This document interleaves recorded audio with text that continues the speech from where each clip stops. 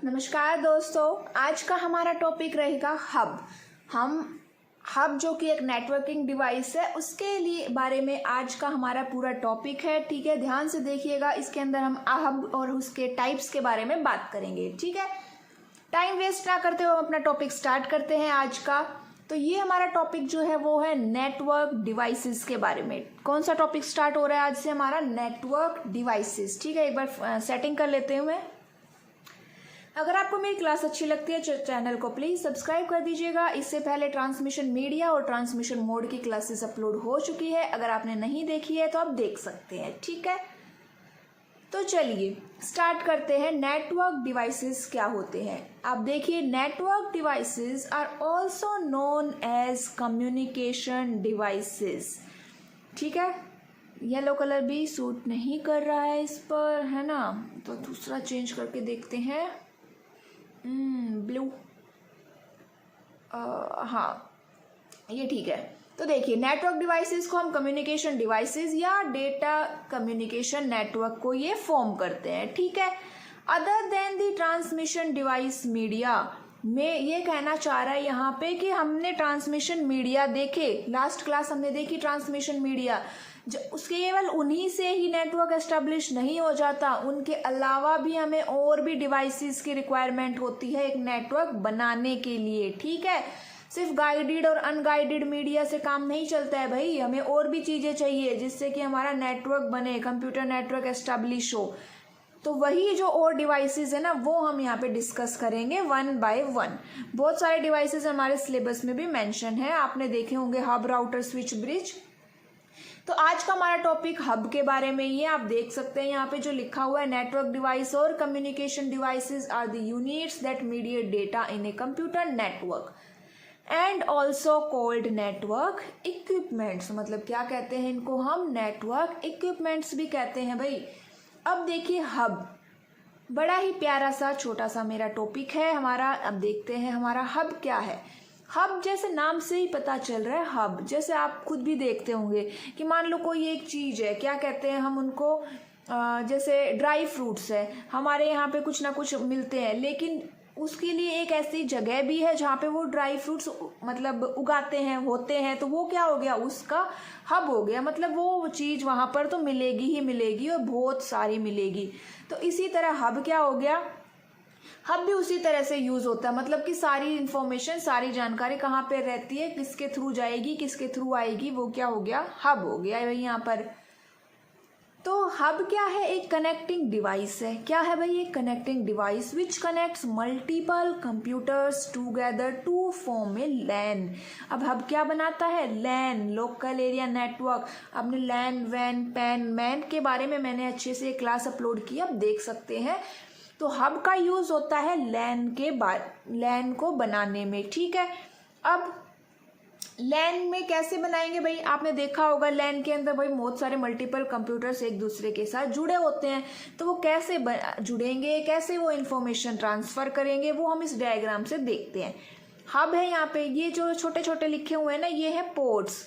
अगर आपने हब देखा है तो अब उसमें क्या होते हैं? छोटे छोटे पोर्ट्स होते हैं। यहाँ पे एक सेंडर है और बहुत सारे रिसीवर है ना? और यहाँ पे एक और हब भी बना हुआ है, देखो डायग्राम में, और उसके साथ भी काफी सारे कंप्यूटर अटैच हो गए हैं, है ना? और वो हब भी हमने उस अपने मेन हब के साथ कनेक्ट कर दिया है। तो यहाँ पे देखो कि जो सेंडर है, सेंडर से क्या जा रही है? इंफॉर्मेशन जा रही है हब के पास। चली गई, सेंडर के ने इंफॉर्मेशन भेज दिया हब के पास। हब ने उस क्या किया? बिना देखे, बिना सोचे समझे सबको भेज दिया भाई, तू भी ले, प्रसाद की तरह बांट दिया, ये तू भी ले, तू भी ले, सबके पास इंफॉर्मेशन भेज दी उसने। एक बार देखते हैं सब रिमूव करके अच्छे से कि सेंडर ने हब के पास अपनी इंफॉर्मेशन भेजी और हब ने उसको प्रसाद की तरह बांट दिया, या हम कहें कि ब्रॉडकास्ट कर दिया, दूसरे हब के पास भी दे दिया। तो वो अब भी क्या करेगा भाई? वो भी अपने वाले साथियों को दे देगा कि भाई तुम भी ये जानकारी आ रही है, तुम भी पढ़ लो। हब क्या कर रहा है यहाँ पे? एक सेंट्रलाइज्ड की तरह एक्ट कर रहा है। अब सेंट्रलाइज्ड क्या होता है? Central node. सेंट्रलाइज्ड मतलब जहां पर सारी जानकारियां स्टोर होती है वो होता है सेंट्रलाइज्ड। और एक होता है डिसेंट्रलाइज्ड, जहां पे क्या होती है? सारी इंफॉर्मेशन कई कई जगहों में बटी होती है, कुछ एक पीसी पे, कुछ एक सर्वर पे, कुछ एक सर्वर पे ऐसे स्टोर होती है, वो होता है डिसेंट्रलाइज्ड।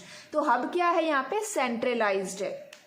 ठीक है, हब ने क्या किया भाई, ब्रॉडकास्ट किया, क्या कर दिया, सिग्नल को ब्रॉडकास्ट कर दिया। और ये कोई ट्रैफिक भी मैनेज नहीं करता, सिंपल जितना ट्रैफिक आ रहा है आने दो, जितनी प्रॉब्लम ओवरलोडिंग हो रही है होने दो भाई, इसको कोई फर्क नहीं पड़ता, ये सिंपल अपने सिग्नल को ब्रॉडकास्ट कर देता है। एक मल्टी पोर्ट डिवाइस है, अभी पीछे मैंने बताया ना कि हब के पास बहुत सारे पोर्ट होते हैं जिससे क्या कनेक्ट होते हैं, कंप्यूटर या अदर डिवाइसेस उससे कनेक्ट होते हैं। ठीक है, इस signal entering through any port of the hub is broadcast to all other ports। मतलब अभी जो मैंने बताया कि कोई भी सिग्नल चाहे किसी भी पोर्ट से आए, जैसे ये एक हब है, इसके अंदर ये चार मैंने पोर्ट बनाए। ठीक है, अब मैंने एक किसी भी पोर्ट में चाहे 1 2 3 4 में से किसी पे भी इंफॉर्मेशन आ रही है तो वो क्या करेगा, बाकी सब पोर्ट्स में भी उसको ब्रॉडकास्ट या भेज देगा। A hub has port which include in which the cables from individual computers NICs are inserted. अब देखो यहाँ पे एक NIC आया भाई, NIC क्या होता है, तो NIC है नेटवर्क इंटरफेस कार्ड या लैन कार्ड। इसके बारे में हम डिटेलिंग में एक अलग से देखेंगे, लेकिन अभी के लिए थोड़ा ओवरव्यू ले लूँ। तो इसमें जो ये इतनी 4 पॉइंट लिखे हुए हैं ना, इसमें सिर्फ यही लिखा हुआ है कि अगर हमें कम्युनिकेशन या हमें कंप्यूटर में हमारे लैपटॉप को नेटवर्क में एस्टेब्लिश करना है, या फिर आप इससे समझो कि जैसे हम ऑडियो वीडियो के लिए अगर हमें देनी है तो हमें एक साउंड कार्ड होना चाहिए हमारे पीसी में, तभी हमें ऑडियो वीडियो सुनाई देगी। तो उसी तरह नेटवर्क तभी एस्टेब्लिश होगा जब आपके पीसी के अंदर NIC होगा, और ये इनबिल्ट होता है आजकल तो मदरबोर्ड में। ठीक है, इनबिल्ट होता है, और ये किस पे काम करता है, MAC address, media access control पे काम करता है।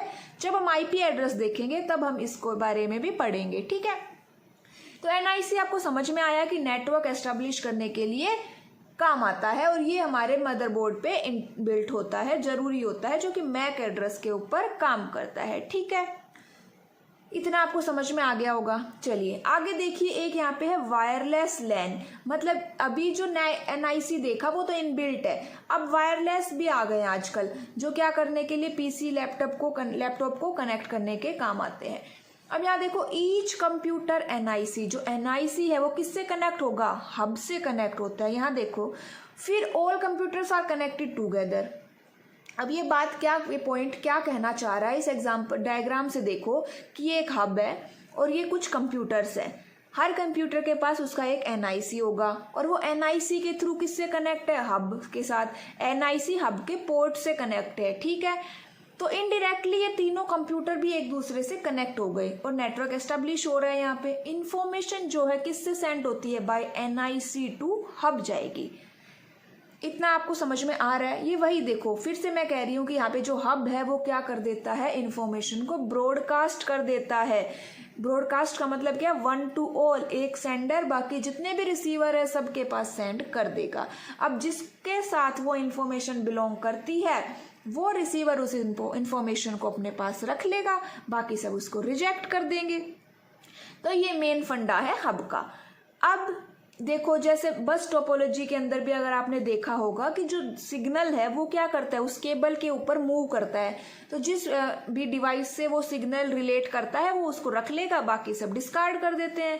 स्विच भी आजकल, स्विच जो है वो हब की तरह, हब के रिप्लेसमेंट पे यूज हो रहा है।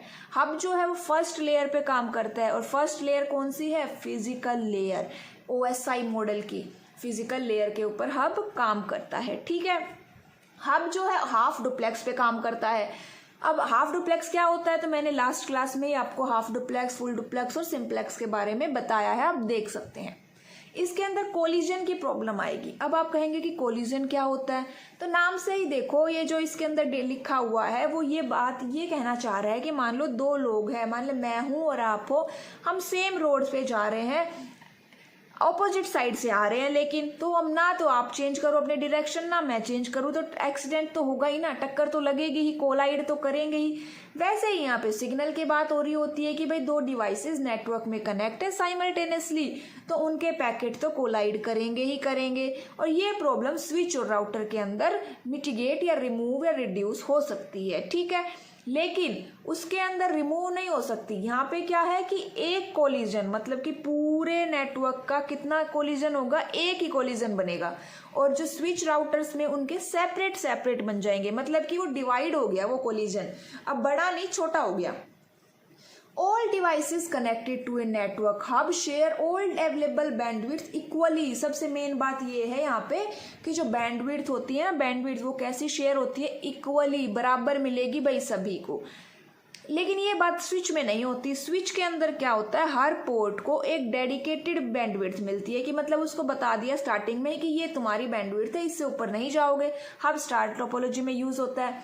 एक क्विक ओवरव्यू लेते हैं, रिवीजन लेते हैं कि हमने हब के बारे में क्या देखा। तो आप देख सकते हो हब एक सेंट्रलाइज्ड डिवाइस है। यहाँ पे जो है इंफॉर्मेशन को वो क्या कर देता है, ब्रॉडकास्ट कर देता है। ट्रैफिक को मैनेज नहीं करता। ये सेंट्रलाइज और डिसेंट्रलाइज का डिफरेंस देखा। सेंट्रलाइज मतलब सारी इंफॉर्मेशन एक ही जगह स्टोर होती है।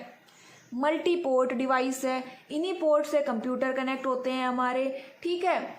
और जो एक एनआईसी होता है इन कंप्यूटर के पास, एनआईसी जो नेटवर्क एस्टेब्लिश करने के काम आता है, मैक एड्रेस के ऊपर काम करता है भाई।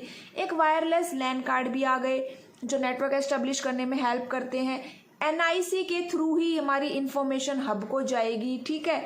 स्विच आजकल यूज हो रहे हैं, ब्रॉडकास्ट मतलब 1 to all होता है, फर्स्ट लेयर पे काम कर रहा है, हाफ डुप्लेक्स ऑपरेशन पे काम करता है। कोलिजन आ सकता है इसके अंदर, बैंडविड्थ इक्वली शेयर की जाती है, और ये स्टार टोपोलॉजी के अंदर यूज होता है। स्टार टोपोलॉजी या बाकी जितनी भी 6 टोपोलॉजी है, आप उसके लिए एक अलग से क्लास मेरी अपलोड है, वो देख सकते हैं, ठीक है। अब भाई मेन आता है types of hub.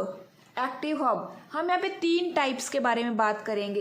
Active hub, passive hub और इंटेलिजेंट हब के बारे में बात करेंगे। तो यहाँ देखिए एक्टिव हब क्या होता है। इनके पास खुद की पावर सप्लाई होती है, ठीक है। ये जो है सिग्नल को क्लीन करते हैं, बूस्ट करते हैं, रिलाय सिग्नल करते हैं। मतलब जो हमारे सिग्नल जो होते हैं उनकी अगर स्ट्रेंथ कम हो जाए तो उसको बूस्ट करते हैं, उनमें कोई प्रॉब्लम आ जाए तो उनको क्लीन करते हैं, नॉइज आ जाए तो। रिपीटर की तरह ही एक्ट करते हैं। रिपीटर के बारे में भी एक अलग से क्लास आपको मिलेगी डिटेलिंग में। As well as a wiring centre, ये क्या करते हैं, ये हमारे नोड की जो डिस्टेंस है उसको एक्सटेंड करते हैं। पैसिव हब क्या करता है भाई, पैसिव हब कुछ नहीं करता, वो वायरिंग भी नोड से लेता है, पावर सप्लाई भी एक्टिव हब से लेता है, सिग्नल को क्लीन भी नहीं करता, बूस्ट भी नहीं करता, जैसा आया है बस उसको आगे सेंड कर देता है, ना ही डिस्टेंस को एक्सटेंड करता है, ठीक है। वो क्या हो गया पैसिव, मतलब कुछ नहीं करेगा, आलसी बना हुआ है। तो ये था हमारा पैसिव हब। अब आते हैं इंटेलिजेंट हब के बारे में। तो ये ना बिल्कुल ही एक्टिव हब की तरह काम करता है, बस इसके अंदर रिमोट मैनेजमेंट कैपेबिलिटी आ गई। जैसे टेलनेट होता है ना, वैसे ही रिमोट मैनेजमेंट कैपेबिलिटी। इसकी डेटा रेट भी फ्लेक्सिबल होती है। They also provide flexible data rates to network devices, ठीक है। ये इंटेलिजेंट हब होता है जो एक्टिव हब की तरह काम करता है। अब इसके बारे में देखते हैं थोड़ा सा और आगे देखिए। It also enables an administrators to monitor the traffic passing through the hub and to configure each port in hub। अभी जैसे हमने शुरू में देखा कि ट्रैफिक कंट्रोल नहीं होता, तो लेकिन इंटेलिजेंट हब के अंदर ट्रैफिक को मॉनिटर किया जा सकता है, कॉन्फ़िगर किया जा सकता है, ठीक है गाइस। Thank you.